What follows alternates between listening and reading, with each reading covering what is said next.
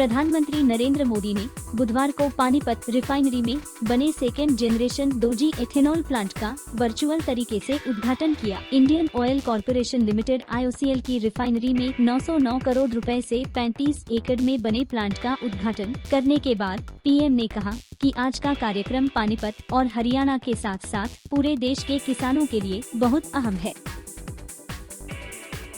प्रधानमंत्री नरेंद्र मोदी ने बुधवार को कहा कि उनकी सरकार शॉर्टकट पर चलने के बजाय समस्याओं का स्थायी समाधान करती है। मोदी ने बुधवार को इंडियन ऑयल कॉरपोरेशन IOC की पानीपत रिफाइनरी के पास स्थापित दूसरी पीढ़ी के एथेनॉल संयंत्र को वीडियो कॉन्फ्रेंस के जरिए राष्ट्र को समर्पित करते हुए यह बात कही। प्रधानमंत्री ने कहा, पानीपत में बनाए गए दूसरी पीढ़ी के एथेनॉल संयंत्र से किसानों की आय बढ़ेगी और साथ ही पराली की लंबे समय से जारी समस्या से भी छुटकारा मिलेगा।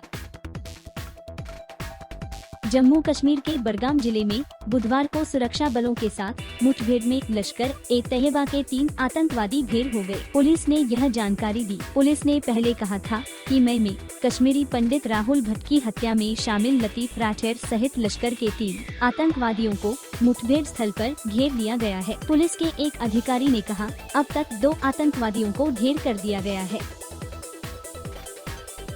जम्मू कश्मीर के पुलवामा में स्वतंत्रता दिवस से पहले बड़ी आतंकी साजिश नाकाम हुई है। जवानों ने 25-30 किलो का IED बरामद किया है। जानकारी के मुताबिक आज सुबह करीब 7:50 बजे पुलिस और सुरक्षा बलों ने पुलवामा में सर्कुलर रोड पर तहत क्रॉसिंग के पास से 25 से 30 किलोग्राम IED बरामद किया गया है। नुपुर शर्मा को सुप्रीम कोर्ट से बड़ी राहत मिल गई है। अब उनके खिलाफ तमाम FIR को दिल्ली ट्रांसफर किया जाएगा। लंबे समय से नुपुर मांग कर रही थी कि उनके खिलाफ दर्ज शिकायतों को दिल्ली ट्रांसफर कर दिया जाए। अब कोर्ट ने भी इसी दिशा में फैसला सुना दिया है। कांग्रेस महासचिव और यूपी की प्रभारी प्रियंका गांधी वाड्रा के कोरोना पॉजिटिव होने की पुष्टि हुई है। प्रियंका गांधी ने खुद ट्वीट करके कोरोना संक्रमित होने की जानकारी दी है। उन्होंने बताया कि एक बार फिर कोरोना रिपोर्ट पॉजिटिव आई है। ऐसे में उन्होंने खुद को घर में आइसोलेट कर लिया है। साथ ही सभी प्रोटोकॉल का पालन करने की बात कही है। देश में कोरोना वायरस के संक्रमण के ग्राफ में लगातार उतार चढ़ाव का दौर बना हुआ है। बीते 24 घंटे में 16,047 नए केस आए हैं। ये मंगलवार के मुकाबले करीब 3,500 ज्यादा केस है। स्वास्थ्य मंत्रालय के आंकड़ों के मुताबिक इस दौरान 54 मरीजों की मौत हुई। मुख्यमंत्री योगी आदित्यनाथ ने घोषणा की है कि उत्तर प्रदेश सरकार बर्मिंघम में राष्ट्रमंडल खेलों CWG में पदक जीतकर राज्य और देश को गौरवान्वित करने वाले 8 खिलाड़ियों को सम्मानित करेगी। मुख्यमंत्री ने बुधवार को कहा कि नई खेल नीति के तहत सरकार ने हाल ही में घोषणा की थी कि अंतर्राष्ट्रीय खेलों में पदक जीतने वाले खिलाड़ियों को उचित सम्मान और पद दिया जाएगा। उन्होंने ट्वीट किया, सरकार राष्ट्रमंडल खेलों में भाग लेने वाले राज्य के खिलाड़ियों को सम्मानित करेगी। खेल नीति के तहत पदक जीतने वालों को सरकार नौकरी और अतिरिक्त लाभ देगी। नई नीति के तहत स्वर्ण पदक विजेता को 1 करोड़ रुपए, रजत पदक विजेता को 75 लाख रुपए और कांस्य पदक विजेता को 50 लाख रुपए का नकद पुरस्कार दिया जाएगा। भारत B और भारत A महिला टीमों को FIDE 44वें शतरंज ओलंपियाड में कांस्य पदक जीतने पर तमिलनाडु सरकार 1 करोड़ रुपए नकद पुरस्कार देगी। तमिलनाडु के मुख्यमंत्री MK स्टालिन ने बुधवार को यह घोषणा की। FIDE शतरंज ओलंपियाड का आयोजन यहां महाबलीपुरम में किया गया था, जो 28 जुलाई से 9 अगस्त तक चला। भारत B टीम को ओपन वर्ग में कांस्य मिला, जबकि भारत A महिला टीम ने भी कांस्य पदक जीता। मुख्यमंत्री स्टालिन ने एक बयान में कहा कि इन दोनों टीमों ने देश का गौरव बढ़ाया है। मुख्यमंत्री योगी आदित्यनाथ ने बुधवार को घोषणा की कि राज्य सरकार परिवहन निगम की बसों में 60 साल से अधिक आयु वाली बुजुर्ग महिलाओं को मुफ्त यात्रा सुविधा प्रदान करने की योजना बना रही है। उन्होंने यह बात उत्तर प्रदेश राज्य सड़क परिवहन निगम UPSRTC की 150 नई BS6 डीजल बसों को हरी झंडी दिखाने के लिए यहां आयोजित कार्यक्रम के दौरान कही। टीवी और फिल्म की दुनिया के मशहूर कॉमेडियन और एक्टर राजू श्रीवास्तव को दिल का दौरा पड़ा है। राजू को राजधानी दिल्ली के एम्स अस्पताल में भर्ती कराया गया है। मिली जानकारी के मुताबिक राजू को जिम में वर्कआउट करते समय दिल का दौरा पड़ा है। बताया जा रहा है कि वह ट्रेडमिल पर रनिंग करते समय जोर से नीचे गिर गए थे। इसके बाद उन्हें तुरंत अस्पताल ले जाया गया। राजू को हार्ट अटैक आया है। इस खबर की पुष्टि उनके भाई और पीआर ने की है। जानकारी के अनुसार उन्हें 2 बार सीपीआर देना पड़ा है। जेडीयू के नेता नीतीश कुमार ने बुधवार को बिहार के मुख्यमंत्री पद की शपथ ली। इसके साथ ही राजद नेता और लालू यादव के बेटे तेजस्वी यादव ने दूसरी बार डिप्टी सीएम बने। राज्यपाल फागू चौहान ने राजभवन में दोनों नेताओं को पद और गोपनीयता की शपथ दिलाई। शपथ लेने के बाद तेजस्वी यादव ने नीतीश कुमार के पैर छूकर आशीर्वाद लिया। 22 साल में यह 8वां मौका है जब नीतीश कुमार राज्य के सीएम बने हैं। वे साल 2000 में सबसे पहले 7 दिनों के लिए सीएम बने थे।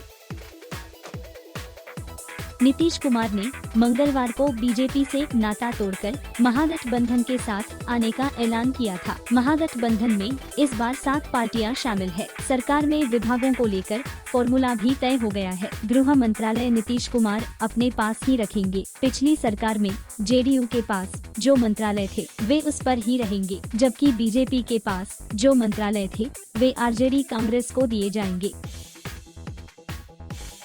बीजेपी के राष्ट्रीय अध्यक्ष जेपी नड्डा ने बीजेपी यूपी के महासचिव सुनील बंसल को पार्टी का राष्ट्रीय महासचिव नियुक्त किया है। ओडिशा, पश्चिम बंगाल और तेलंगाना के प्रभारी होंगे। इससे पहले वह उत्तर प्रदेश में संगठन मंत्री थे। उन्हें राज्य की राजनीति से देश की राजनीति में लाया गया है। वहीं धर्मपाल को यूपी प्रदेश महामंत्री संगठन बनाया गया है। वहीं कर्मवीर को झारखंड प्रदेश महामंत्री संगठन बनाया है। भारतीय रिजर्व बैंक आरबीआई ने एक और बैंक पर सख्त कार्रवाई की है। केंद्रीय बैंक ने अब पुणे स्थित रुपया को ऑपरेटिव बैंक का लाइसेंस कैंसिल कर दिया है। यह आदेश आज से 6 सप्ताह के बाद यानी 22 सितंबर 2022 प्रभावी होगा।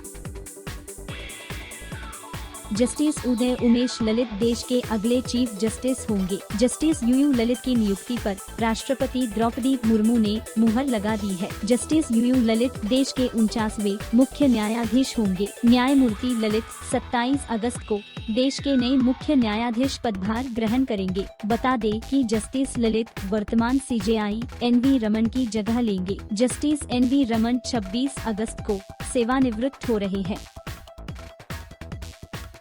बुधवार रात को लेह लद्दाख में भूकंप के झटके महसूस किए गए हैं। जानकारी के अनुसार लेह से 164 किमी उत्तर पूर्वोत्तर में रात करीब 8:11 बजे भूकंप के झटके महसूस किए गए। रिक्टर पैमाने पर भूकंप की तीव्रता 4 मापी गई। नेशनल सेंटर फॉर सिस्मोलॉजी के अनुसार भूकंप की गहराई जमीन से 10 किमी नीचे थी।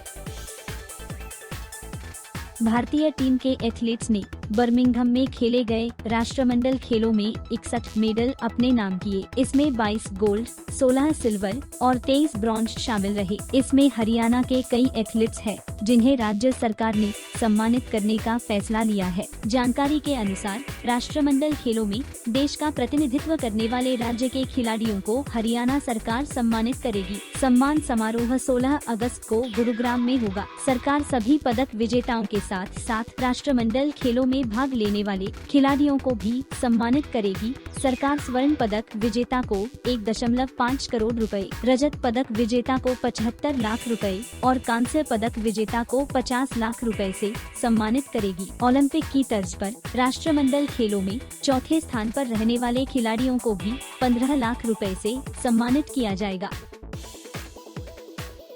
संयुक्त राज्य अमेरिका के स्टेट डिपार्टमेंट की ओर से जारी बयान के अनुसार अमेरिका ने मंगलवार को यूक्रेनी सरकार को तत्काल मानवीय चुनौतियों से निपटने के लिए वित्तीय वर्ष 2022 के लिए 89 मिलियन अमेरिकी डॉलर की सहायता देने की घोषणा की। यूएस फंडिंग लगभग 100 डिमाइनिंग टीमों को तैनात करेगी और यूक्रेन सरकार की demining and explosive ordnance disposal यूडी क्षमता को मजबूत करने के लिए बड़े पैमाने पर ट्रेन और लेस परियोजना का समर्थन करेगी। श्रीलंका के सर्वोच्च न्यायालय ने बुधवार को पूर्व प्रधानमंत्री महिंदा राजपक्षे और उनके छोटे भाई एवं पूर्व वित्त मंत्री बासिल राजपक्षे पर विदेश यात्रा प्रतिबंध की अवधि 5 सितंबर तक बढ़ा दी। दोनों को श्रीलंका में मौजूदा आर्थिक संकट के लिए व्यापक तौर पर जिम्मेदार ठहराया जा रहा है।